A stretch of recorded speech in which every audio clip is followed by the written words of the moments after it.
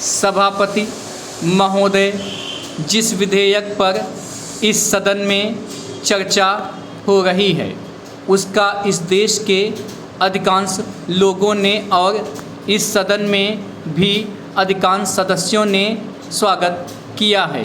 इसलिए इसमें दो राय नहीं हो सकती कि यह विधेयक जनोपयोगी है।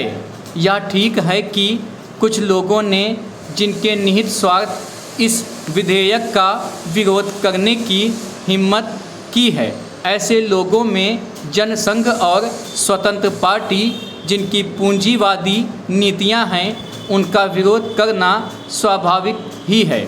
मैं आपके माध्यम से मंत्री महोदय से कह रहा था कि जहां तक विधेयक का स्वागत करने का प्रश्न है वह जनोपयोगी है। जहां मैं इस विधेयक का स्वागत करता हूं, वहां यह भी निवेदन करना चाहता हूं कि इस कानून को सफल बनाने के लिए, जैसा प्रधानमंत्री ने सदन में अभी कहा, जो लोग इसका स्वागत करते हैं उनको उचित दृष्टिकोण और ईमानदारी के साथ काम करना चाहिए।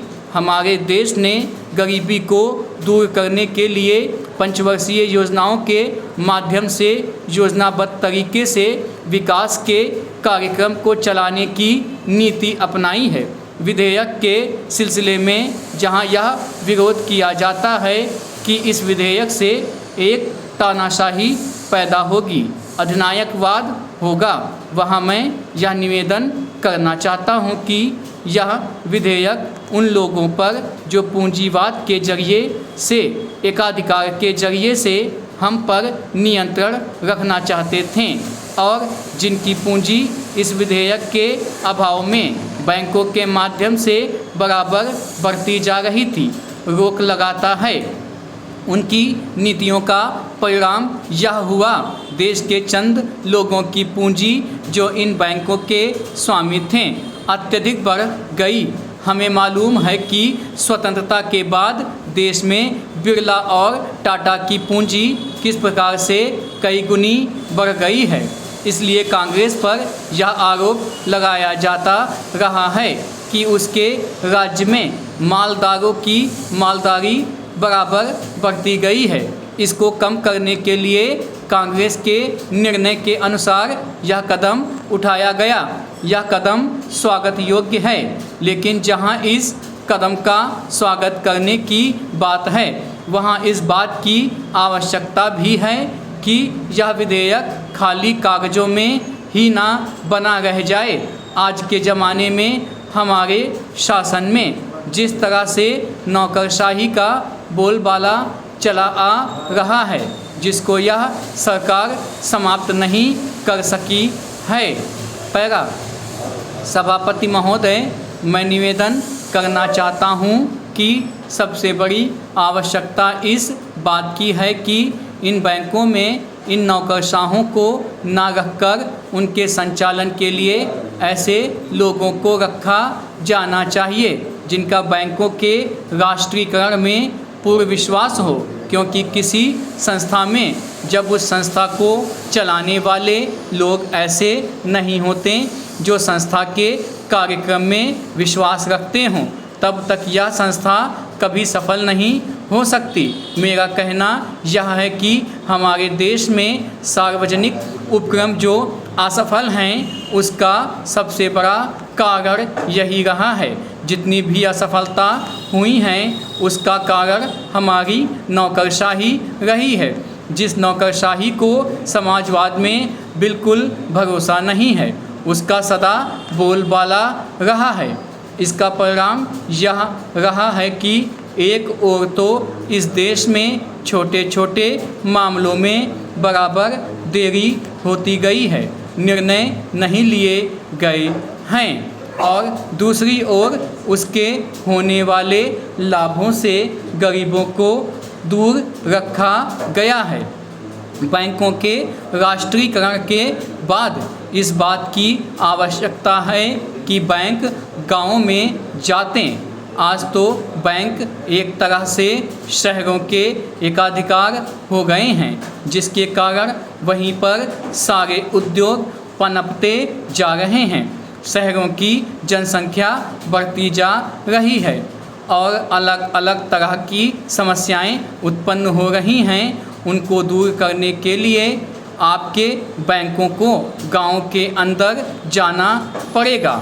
इसके लिए सरकार को कदम उठाना पड़ेगा और निश्चित तरीके से योजनाएं बनानी पड़ेंगी, निश्चित निर्देश देना पड़ेगा, जिसके आधार पर बैंकों का ज़्यादा से ज़्यादा लाभ गाँव और उन कस्बों को हो जहां अभी तक लोगों का काफ़ी विकास नहीं हो पाया है।